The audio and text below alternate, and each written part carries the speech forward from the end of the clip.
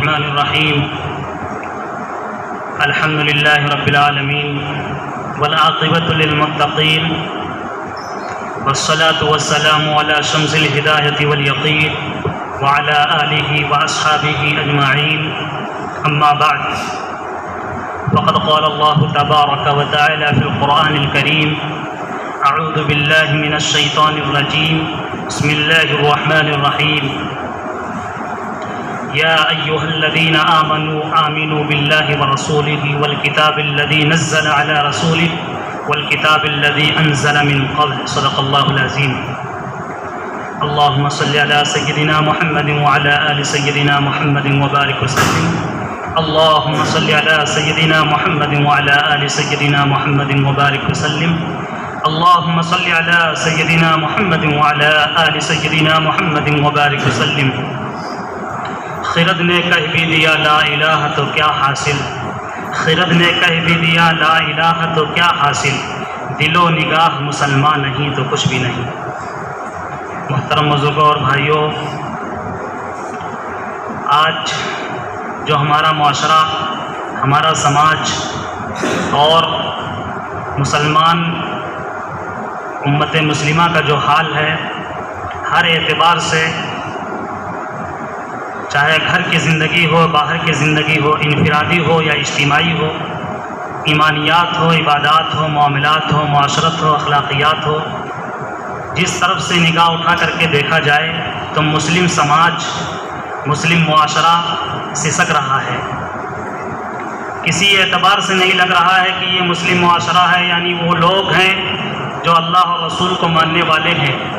اللہ اور رسول کے پیروکار ہیں، اللہ اور رسول کی محبت کے وفادار ہیں۔ کسی بھی اعتبار سے نہیں لگتا ہے۔ کہیں بھی دیکھ لیا جائے، کسی بھی ڈپارٹ میں دیکھ لیا جائے، آج مسلم معاشرے کے ماحول کو دیکھتے ہوئے ایسا محسوس ہوتا ہے کہ قیامت بہت قریب ہے۔ کون سی ایسی برائی ہے، کون سے ایسے جرائم ہیں، کون سا ایسا گناہ ہے، کون سی ایسی غلطیاں ہیں جو آج مسلم معاشرے میں، مسلم سماج میں موجود نہیں۔ حد تو یہ ہو گئی ہے کہ آج جو مسلمانوں کو جس طرح سے رہن سہن اختیار کرنا چاہیے، زندگی گزارنی چاہیے، بیشتر چیزیں غیروں نے لے لی ہیں، مسلمانوں نے ان چیزوں کو چھوڑ دیا ہے۔ آج مسلمانوں کے اسی ماحول کو دیکھتے ہوئے بہت پہلے ہی علامہ اقبال اپنے اشعار میں اس درد کو بیان کیے تھے۔ شور ہے ہو گئے دنیا سے مسلمان نابود، ہم یہ کہتے ہیں کہ ہیں بھی کہیں مسلم موجود۔ ایک شور ہے، ایک ہنگامہ ہے کہ مسلمانوں کو مارا جا رہا ہے، مسلمانوں کو کاٹا جا رہا ہے، مسلمان ختم ہو رہے ہیں۔ علامہ اقبال مسلمانوں کے ماحول اور حالات کو دیکھ کر کے کہہ رہے ہیں کہ شور ہے ہو گئے دنیا سے مسلمان نابود، ہم یہ کہتے ہیں بھی کہیں مسلم موجود۔ وضع میں تم ہو نصارہ تو تمدن میں ہنود، دلیل یہ دیتے ہیں مسلمانوں کے نہ ہونے کی کہ مسلمان کہاں موجود ہیں، کیونکہ مسلمانوں کی تو یہ حالت ہے کہ وضع میں تم ہو نصارہ تو تمدن میں ہنود، یہ وہ مسلمان ہیں جنہیں دیکھ کے شرمائے یہود۔ فرقہ بندی ہے کہیں تو کہیں ذاتیں ہیں، کیا زمانے میں پنپنے کی یہی باتیں ہیں؟ یوں تو سید بھی ہو، مرزا بھی ہو، افغان بھی ہو، تم سبھی کچھ ہو بتاؤ کہ مسلمان بھی ہو۔ یہ مسلم معاشرے کی جرائم اور ان کے معاشرتی زندگی کی عکاسی ان اشعار میں ہے جو علامہ اقبال نے کی ہے کہ مسلمانوں تمہاری یہ پوزیشن ہے، تمہاری یہ حالت ہے۔ آج مسلمان نہ اپنے اللہ کا لحاظ کر رہا ہے، اپنے نہ رسول کا لحاظ کر رہا ہے، نہ قرآن کا کر رہا ہے، نہ مذہب اسلام، نہ حدیث کا، کسی چیز کا لحاظ کیے بغیر، کسی کی پرواہ کیے بغیر من چاہی دل چاہی زندگی گزار رہا ہے۔ کسی موڑ پہ ہماری یہ حالت ہو گئی ہے کہ کسی موڑ پہ ہم یہ نہیں سوچتے ہیں، کسی لمحے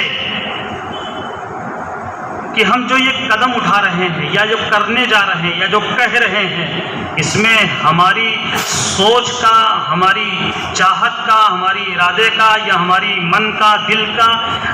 دخل ہے کہ اللہ کا دخل ہے، رسول اللہ کا دخل ہے؟ اس میں اللہ کی خوشنودی ہے کہ رسول اللہ کی خوشنودی ہے؟ کسی بھی اعتبار سے یہ پیش نظر نہیں ہوتا ہے۔ یا تو کوئی کام کیا جاتا ہے تو فلاں خوش ہو جائیں، فلاں میں ہمارا نام ہو جائے، یعنی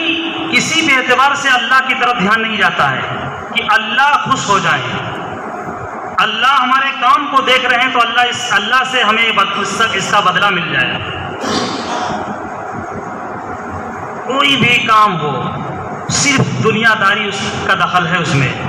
دنیا داری سے ہٹ کر کے ہم سوچتے ہی نہیں ہیں، جیسے لگ رہا ہے کہ دنیا میں ہمیشہ ہمیشہ رہنا ہے، کبھی ہمیں مرنا ہی نہیں، جبکہ ہمارے سامنے بڑے بڑے لوگوں کی موتیں ہیں، محلے میں موتیں ہیں، کتنے اچھے اچھے لوگ، پیسے لوگ، کتنے بڑی بڑی طاقتوں کے مالک حامل، وہ لوگ بھی دنیا سے چلے گئے، لیکن ہم اس طرح سے غفلت میں ڈوبے ہوئے ہیں کہ جیسے ہمیں اس دنیا سے جانا ہی نہیں ہے، اللہ کے سامنے پیش ہونا ہی نہیں ہے۔ جس طرح صبح اٹھتے ہیں، شام ہوتی ہے، پورا دن ہمارا گزرتا ہے، رات گزرتی ہے، کسی ہر اعتبار سے آزادانہ زندگی گزارے چلے جا رہے ہیں، اور دوسری طرف دعویٰ بھی ہے کہ ہم مسلمان ہیں، ہم اللہ اور رسول کی محبت کے وفادار ہیں، یہ طرف دوسرے طرف نعرہ بھی لگاتے ہیں۔ ایک واقعہ کتاب میں نے پڑھا، اورنگزیب عالمگیر رحمۃ اللہ علیہ کے زمانے میں ایک بہروپیہ آیا بادشاہ کے پاس اور کچھ مدد مانگنے لگا، تو بادشاہ نے اس کو دھتکار دیا، اورنگزیب عالمگیر رحمۃ اللہ علیہ اس کو بھگا دیے،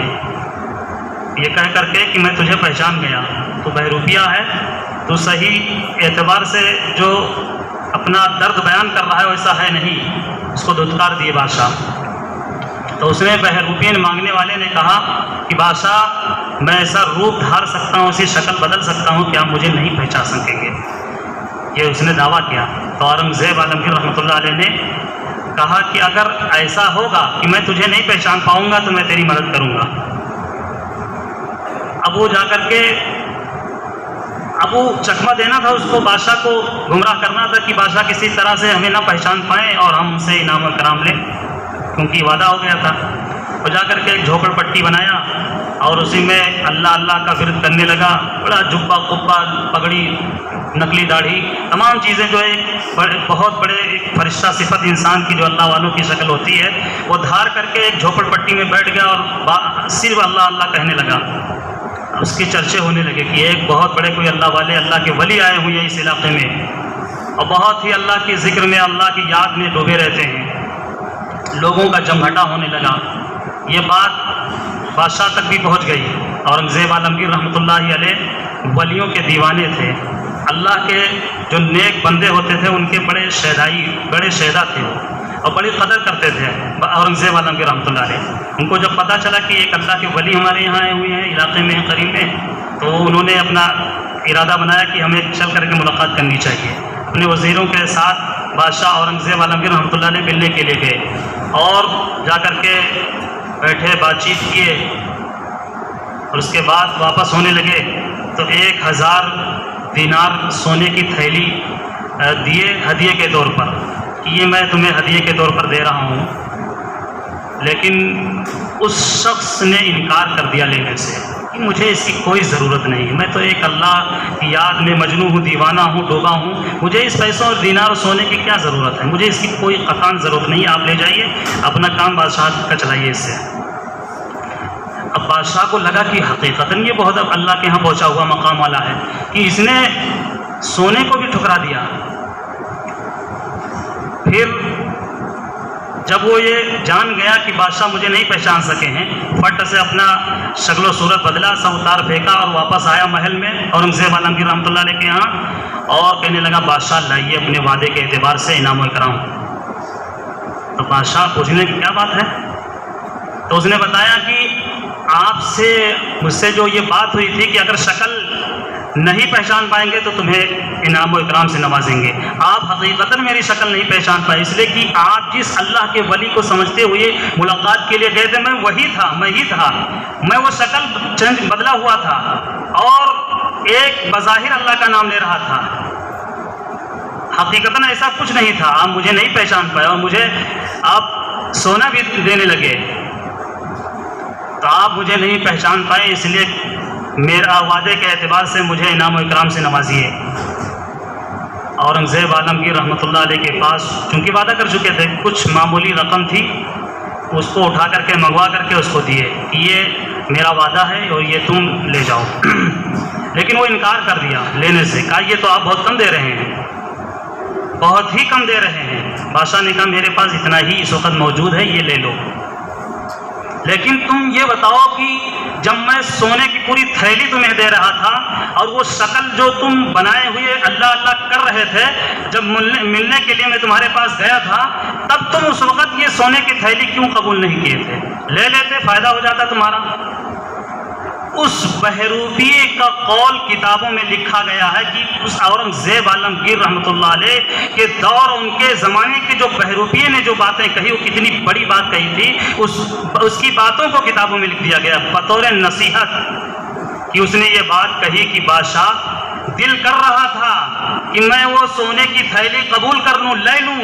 میرا من بھی کر رہا تھا، لیکن مجھے غیرت آئی کہ میں اگر قبول کر لوں سونے کی تھیلی کو تو یہ اللہ والوں کا حلیہ بدنام ہو جائے گا، اللہ والوں کی شکلیں اور یہ صورتیں اور یہ مسند، ان کا جنازہ نکل جائے گا کہ اس پر بیٹھ کر کے اس شکل کو لے کر کے میں اس طرح قبول کروں۔ اس لیے مجھے غیرت آئی اور میں قبول نہیں کیا۔ یہ اس بہروپیے کی بات تھی اورنگزیب عالمگیر رحمۃ اللہ علیہ کے سامنے۔ آج ہم بھی روپ لیے ہوئے ہیں اسلام کا، قرآن کا، حدیث کا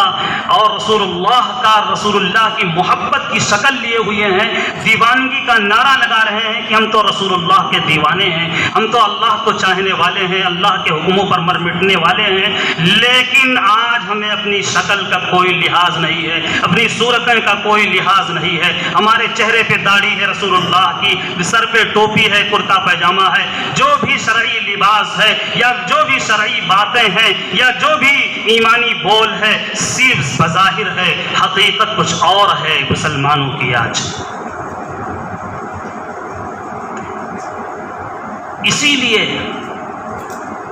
اللہ تبارک و تعالی نے فرمایا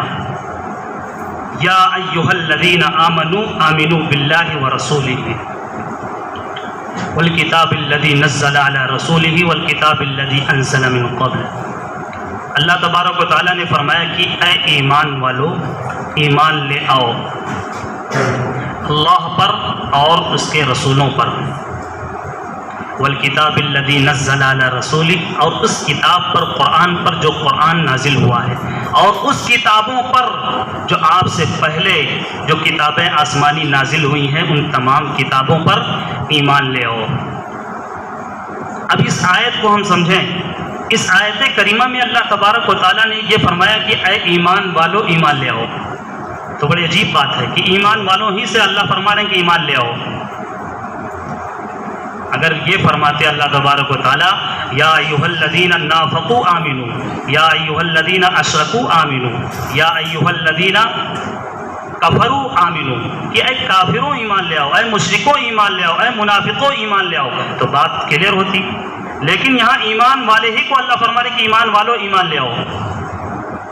تو اس کی دوسری تفسیر جو قرآن کریم کی دوسری آیت میں ہے، اس کا مطلب خود اللہ تبارک و تعالیٰ نے بیان فرمایا ہے، اللہ نے خود اپنی آیت کا مطلب بیان فرمایا ہے، یا ایھا الذین آمنوا ادخلوا فی السلم کافہ۔ اس کی تفسیر ہے کہ اے ایمان والو تم اسلام میں مکمل طور پر داخل ہو جاؤ، ہر اعتبار سے اسلام کی جھلک تمہارے اندر محسوس ہو، پورے طور پر اسلام میں داخل ہو جاؤ۔ ایسا نہ ہو کہ تمہاری خلوتوں اور جلوتوں میں فرق ہو، یا تمہاری قول اور کردار میں تضاد ہو، یا تمہارے ظاہر اور باطن میں بڑا آسمان اور زمین کا جیسا فرق ہو، بلکہ جو کہو وہ کرو بھی، جو اندر سے بھی ہو باہر سے بھی ہو، اور جو تنہائی تمہاری جیسی ہو ویسے تم دوسروں لوگوں میں بھی ویسے ہی ہو۔ ایسا نہیں کہ لوگوں کے بیچ میں جب رہو، مجمع عام میں رہو تو بہت ہی ٹھیک سے رہو، بہت ڈھنگ سے رہو، بہت ایسا اس اعتبار سے رہو کہ لوگ بہت ہی اچھا سمجھیں، لیکن جب تنہائی میں ہو، جب کوئی نہ موجود ہو تو منمانی ہو، منچاہی ہو، شہوانی ہو، شیطانی ہو، یہ ماحول ہو تمہارا۔ یہ تنہائی میں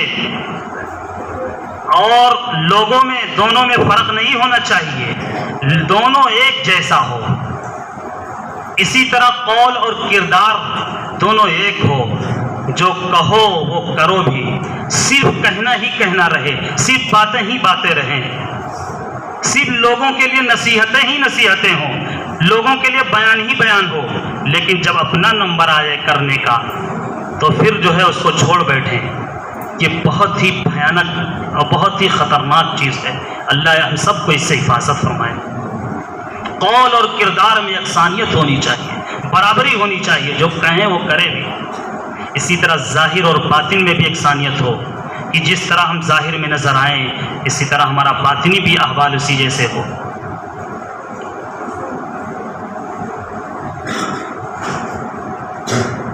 آج ہمارے اندر کیا کیا بیان کیا جائے، ہمارے سماج میں کتنے جرائم اور کتنے گناہ ہو رہے ہیں۔ کون سا گناہ ایسا ہے جو نہیں ہو رہا ہے؟ اسی کو دیکھ کر کے ایسا محسوس ہوتا ہے کہ قیامت اب بہت زیادہ دور نہیں ہے، قیامت قریب ہے۔ آج ماحول تو یہاں تک پہنچ گیا ہے، گناہ کو بھی فخر کے انداز میں بیان کیا جاتا ہے۔ کوئی کسی نے کسی کو دھوکہ دے دیا یا جھوٹ بول دیا تو وہ اپنے لیے فخریہ سمجھتا ہے کہ ہم نے بہت بیوقوف بنا دیا فلاں کو۔ کوئی دکاندار کسی کسٹمر کو دھوکہ دے کر کے زیادہ پیسہ اسے وصول لیا تو وہ فخر سے بیان کرتا ہے کہ میں نے اتنا پیسہ کما لیا آج، فلاں کسٹمر کو میں نے چکما دیا۔ کوئی گاڑی پہ اپنی روڈ پہ گاڑی چلا رہا ہے اور جو روڈ کے اصول ہیں اس اصول کو توڑتے ہوئے کوئی تیز رفتار میں گاڑی چلا رہا ہے، فخریہ انداز میں بیان کر رہا ہے کہ میں تو بہت تیز رفتار میں گاڑی چلاتا ہوں۔ کتنی مثالیں ہیں کہ پورا ماحول پلٹ چکا ہے۔ حدیث شریف میں جو ہے اللہ والوں کی زبان سے میں نے سنا ہے، اس کا مطلب کہ جو حدیث میں ہے کہ جب تک روئے زمین پر کوئی ایک اللہ اللہ کہنے والا موجود ہوگا تب تک قیامت نہیں آئے گی۔ تو ہم سب سمجھتے ہیں کہ ارے اللہ اللہ کہنے والے تو ابھی پتہ نہیں کتنے زمانے تک، صدیوں تک رہیں گے، قیامت تو ابھی بہت دور ہے۔ اس کا یہ مطلب نہیں ہے۔ اللہ اللہ تو مودی بھی، غیر مسلم لوگ بھی کہتے ہیں، کون نہیں کہتا؟ اللہ اللہ تو غیر مسلم لوگ بھی کہتے ہیں۔ تو کیا مطلب؟ قیامت کبھی نہیں آئے گی؟ اس کا مطلب بہت ہی معتبر لوگوں کی زبانوں سے میں نے سنا ہے کہ اللہ اللہ کہنے کا مطلب وہی ہے جو خیر القرون میں صحابہ کرام کا تھا، کہ روئے زمین پر جب اللہ کے خاص بندے موجود ہوں گے، جو صحیح معنوں میں اللہ کا کرنے والے ہوں گے، اللہ کا نام لے کر کے اللہ کا کرنے والے بھی ہوں گے، کوئی کسی طرح کا کوئی فراڈ نہیں ہوگا۔ مخلص لوگ جب تک روئے زمین پر موجود ہوں گے اور دل سے اللہ اللہ کہنے والے ہوں گے، صرف زبان سے نہیں، دل سے اللہ اللہ کہنے والے ہوں گے اور پورے طور پر اللہ کے حکموں پر چلنے والے ہوں گے، اس وقت قیامت قائم نہیں ہوگی۔ آج ہم تو صرف زبان سے اللہ اللہ کہہ رہے ہیں، لیکن ہماری زندگی کیسی گزر رہی ہے؟ آج ہمارے نوجوانوں کا کیا حال ہے؟ آج ہمارے بوڑھوں کا، گھر کی عورتوں کا کیا حال ہے؟ کتنے لڑائی جھگڑے گھروں میں ہیں کہ ہمارے نوجوان کتنے تباہی کے دہانے پر پہنچ چکے ہیں۔ ان کی راتیں کس طرح سے گزر رہی ہیں ہمارے نوجوانوں کی۔ جہاں قرآن پڑھنا چاہے وہاں انٹرنیٹ پہ آج مشغولیت ہے، بڑے بڑے ایسے گیمز آ گئے ہیں کہ اس میں لوگ، ہمارے نوجوان تباہ ہو رہے ہیں، اور ہمارے گھر والوں، ماں باپ کو ذمہ دار کوئی کسی طرح کی کوئی فکر نہیں۔ ہمارے بڑے عمر کے لوگ ذکر الہی میں مصروف ہونا چاہیے، اللہ اللہ کہنا چاہیے۔ وہ مخلوق کے تذکرے اور سمیٹنے کے چکر میں پڑے ہوئے ہیں کہ اور کہاں سے اب کچھ دولت آ جائے، آخر میں حاصل ہو جائے، اس کی فکر ہے۔ کورٹ کچہری کے چکر لگا رہے ہیں اور کچھ مل جائے، فیصلہ ہمارے حق میں آ جائے۔ ایسا محسوس ہوتا ہے کہ ہمیں ہمیشہ دنیا ہی کے اندر رہنا ہے۔ علامہ اقبال نے اسی کو کہا تھا، کبھی ہے نوجوان مسلم تدبر بھی کیا تو نے، وہ کیا گردوں تھا تو جس کا ہے ایک ٹوٹا ہوا تارا، تجھے اس قوم نے پالا ہے آغوش محبت میں، کچل ڈالا تھا جس نے پاؤں سے تاجے سرے دارا، تجھے آپا سے اپنے کوئی نسبت ہو نہیں سکتی، کی تو گفتار وہ کردار تو ثابت ہو سیارہ، گما دی ہم نے جو اسلاف سے میراث پائی تھی، سریا سے زمین پر آسمان نے ہم کو دے مارا۔ سلطان صلاح الدین ایوبی رحمۃ اللہ علیہ کی فوج ہر جگہ کامیاب ہو رہی تھی۔ حطین کو جب سلطان صلاح الدین ایوبی رحمۃ اللہ علیہ نے فتح کیا تو اتنی بڑی اور زبردست کامیابی ان کو ملی کہ ساری دنیا کے لوگ حیران ہو گئے کہ اب تو صرف مسلمان، ہر طرف مسلمان ہی ہوں گے، ان کا مقابلہ ناممکن ہو گیا۔ تو آپس میں وہ لوگ میٹنگ کیے، مشورہ کیے کہ کیا کس طرح سے ہم ان سے مقابلہ کریں، مسلمانوں سے۔ بڑی بڑی باتیں سامنے آئی کہ مسلمان آخر جیتتے کیوں ہیں، کامیاب کیوں ہو جاتے ہیں۔ تو دو باتیں جو بہت اہم اس وقت پیش ہوئی تھی وہی باتیں کہیں۔ دو باتیں یہ سامنے رکھی گئی کہ مسلمان کامیاب اس لیے ہوتے ہیں کہ اس وقت غیروں کا جو انٹیلیجنس کا سربراہ تھا اس کا نام ہرم ناتا ہے، ہرم نے یہ باتیں بتائی کہ مسلمان کامیاب اس لیے ہو رہے ہیں کہ دن میں ہم سے لڑتے ہیں، رات میں اللہ کے سامنے روتے ہیں، رات میں اللہ کے سامنے روتے ہیں، تہجد پڑھتے ہیں، اور دن میں ہمارے سامنے ہوتے ہیں۔ پھر ان کے چہرے کا روب ہمیں مرعوب کر دیتا ہے اور ہم ہار جاتے ہیں۔ اور ہمارے لوگوں کا، نوجوانوں کا حال یہ ہے کہ دن بھر تو ہم سامنے ہوتے جیسے بھی ہوتے ہیں، ہارتے ہیں، ناکام ہوتے ہیں، لیکن رات میں ہم رنگ لڑیاں مناتے ہیں۔ شراب کا دور چلتا ہے، زن کا دور چلتا ہے، شراب اور شباب کا ماحول ہوتا ہے۔ اس لیے ہمارے اندر وہ جان، وہ روح نہیں ہوتی ہے جو مسلمانوں میں ہوتی ہے۔ ایمانی جو جذبہ ہوتا ہے وہ اپنے ایمانی جذبے کے تحت وہ ہمارے سامنے مد مقابل ہوتے ہیں، اس لیے وہ کامیاب ہو جاتے ہیں۔ اور ہم ہر اعتبار سے ناکام ہوتے ہیں اس لیے کہ ہمارے اندر جان ہی نہیں ہوتی ہے۔ پھر اس نے یہ بات بتائی، بتانے کے بعد پھر اس نے لاہی عمل جو تیار کیا بہت خطرناک ہوا۔ اس نے جو تیار کیا کہ آج سے مسلمان اب جیتیں گے نہیں، کہیں کامیاب نہیں ہوں گے۔ اس نے لاہی عمل جو یہ تیار کر کے پیش کیا کہ اس طرح سے ہم کام شروع کریں گے۔ ان کا پلان، ان کی پالیسی یہ بنی کہ ہم کسی طرح سے ان کی شب بیداری کو ختم کر دیں، ان کی رات گزاری کو، تہجد گزاری کو ختم کر دیں کسی طرح سے۔ اس نے بنیاد جو رکھی وہ سنیما کی بنیاد رکھی، پکچر ہال کی بنیاد رکھی، اور نوبت آج انٹرنیٹ اور گیمز تک پہنچ گئی۔ آج نوبت یہاں تک آ گئی۔ آج ہمارے نوجوان رات میں اللہ کے سامنے رونے کے بجائے پوری رات بیدار رہتے ہیں، جاگتے ہیں، صرف گیمز میں، انٹرنیٹ میں لگے رہتے ہیں، پوری رات گزارتے ہیں۔ یہ بڑے بھیانک جرائم ہیں کہ یہ صرف سیدھا قیامت تک کا ماحول ڈھکیل رہا ہے کہ قیامت بالکل آ ہی جائے اور قیامت آ کر کے سب کو ختم کر ڈالے۔ اللہ ہم سب کی حفاظت فرمائے اور اللہ تبارک و تعالی ہم سب کو صحیح طور پر مسلمان